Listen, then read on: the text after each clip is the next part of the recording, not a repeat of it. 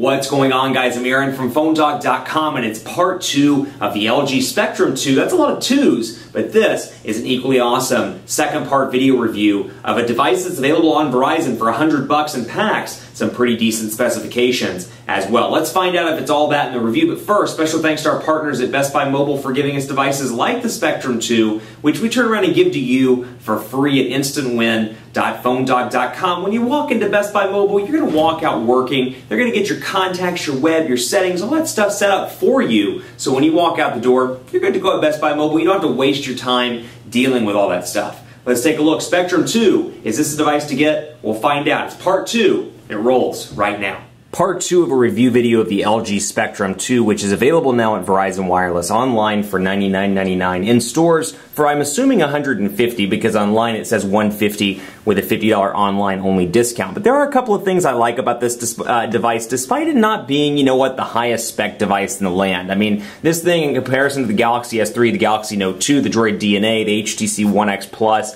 you may look away from it, but for somebody that wants something with a decent specifications list, it's going to be a pretty cool device to have. It's got a 1.5 gigahertz dual-core Snapdragon S4 CPU, 1 gigabyte of RAM, a 4.7-inch IPS HD display, a 2,150 milliamp hour battery, 4G LTE on Verizon, Android 4.0 ice cream sandwich with LG's user interface, very similar to the Optimus 4X HD, at least in terms of look and feel. It just has a dual-core Snapdragon S4 processor as opposed to a quad-core Tegra 3 processor. But what I like about this device are a couple of things. One, it's $100 and it's a decent spec list for $100. Two, it's one of a few devices this holiday season to offer wireless charging out of the box. The battery door here is already ready to go with it. It supports the Qi standard, so you can pop out your wireless charging area here, which I have. I don't think I have it plugged in. Let me look down here. I don't have it plugged in, but you can see this Nokia one I have, for example. All you have to do is put the device on the charger, and it will wirelessly charge for you. So gone are the days where you have to plug it in, and given the fact that the plug is actually on the side of this device, your micro USB charger, it can be hard to text when you got it plugging in and you're trying to text and you're like trying to fit your fingers around it. We've all been there before, where you have just that oddly placed micro USB charging port.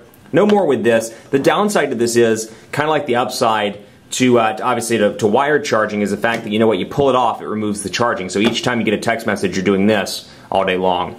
And the battery's going to take a little bit longer to charge. That said, it is nice to not have to deal with cables and not have to worry about texting and trying to keep your fingers away from that little cord over here on the side. So wireless charging is cool. That said, I noticed this one is a little bit faster, or a little bit slower rather, to charge than some of the other devices I've worked with, and it gets a little bit hot for my liking on the back battery door. Now, all of the wireless charging devices get hot.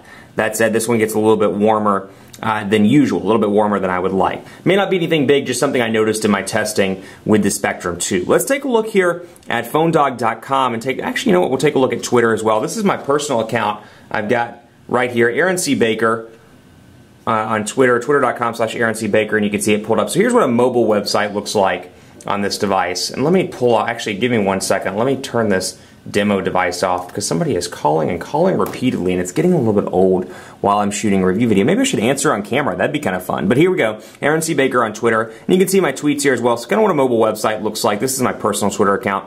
And then I can go back and take a look at PhoneDog.com, which I don't know why I backed out of that when I can just type it in right here. And actually, this font is getting a little bit old.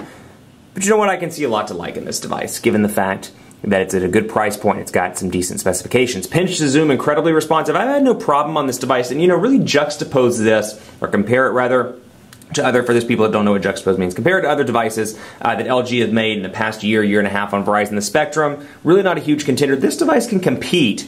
Granted, the OS and the user interface is a little bit behind from what we're seeing from Samsung and HTC, but it can compete with the iPhone 5, the Droid DNA, the S3, the Note 2, and all of those on paper at least. So pinch to zoom, incredibly responsive here. Little to no lag. The S4 processor working really well here. Big fan of the 1.5 gigahertz dual-core Snapdragon S4 CPU. I think it works really well, and you really see it shine in things like web browsing and more. So you got your window up here where you can click here and add new windows and move back and forth between those. And I can load up and take a look, for example, at Google. And I've got my menu button down here where I can refresh, I can save to bookmarks, request desktop site, and more out of the box. So browsing is a pretty decent thing to do on this device, if you will. So we'll take a look here at quadrant standard as well. So obviously quadrant standard score is not going to get into the 8,000 scores that we're seeing from some of these quad core devices like the Droid DNA, but still it's going to be a respectable number. While that's running, I'll talk a little bit about battery life. With a 2,150 milliamp hour battery, I'm noticing a couple of things. It does die a little bit faster than some of the other devices I've worked with. I'm getting about 10 hours with moderate use in this device. Moderate use being calling, texting, emailing, browsing the web, doing things like that, texting, tweeting, doing Facebook updates, and more. I get about 10 hours with this device. Granted, the wireless charging is very cool. It charges a little bit slower on the wireless charging. Actually, when you plug it in, it's pretty fast in comparison to LG devices of the past. It's pretty fast to charge, and that's something that I like a lot on this device. A little bit zippier than other LG devices. Again, LG was kind of notorious up there with Samsung way back in the day of being a little bit slower to charge, but still impressive there. I took it to Verizon dead spot. 4G LTE continues to work relatively well. The upload speeds, they quote, is 2 to 5 megabits per second. Download speeds, they quote, 5 to 12 megabits per second all around on that. I've seen faster speeds, which we'll talk about in just a second in the Dallas Metro. Here we go, 5,393 on quadrant standard. So again, it's just a test. Take it with a grain of salt, but 5,393, really good given this device is available for $100. I'm gonna try to bring it in here and get the text to focus so you can take a look at that. And there we go, 5,393 on my very, very drifty camera. So we'll load up speed test as well. Like I said, 5 to 12 megabits per second on the download, guaranteed on this device. I've seen much faster in the Dallas metro area. We'll see how it performs right now. Speed test, come on, I agree. Bam. And let's see if we can get it over onto a Dallas server. We may have to run a sample test here just to see and get it to lock GPS-wise. But here we go. Wellington, Kansas. You can see speeds jumping up to about 8 megabits per second, right in range of that 5 to 12 megabits per second speed they quote on the download, and then we'll take a look and see what the upload is as well. I've seen it far faster. That said, it may not be performing at its peak right now. It is 1 o'clock p.m. Not sure. There's really no rush hour going on right now, but 10 and 8 megabits per second. So let's do tools here and see what we can do in terms of getting it on a more local. Let's do Dallas, Texas. Bam. Let's do Dallas, Texas. There we go. And we'll try it this time around. I'm not sure why it's still showing Wellington, Kansas.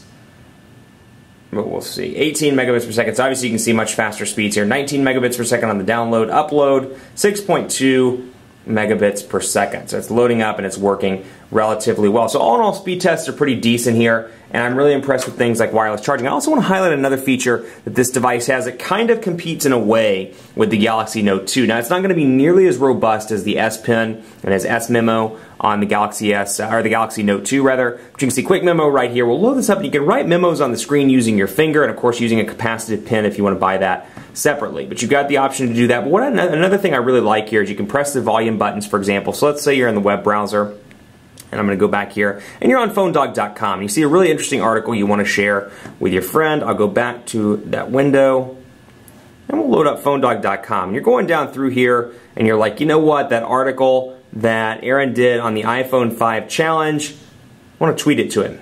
So I'll click on that, I'll click the volume buttons, and I should be able to, actually let's exit out of that. I'm trying to get it to not go into the quick memo. Let's try, I'm doing something wrong here. Let's erase that. And let's go back.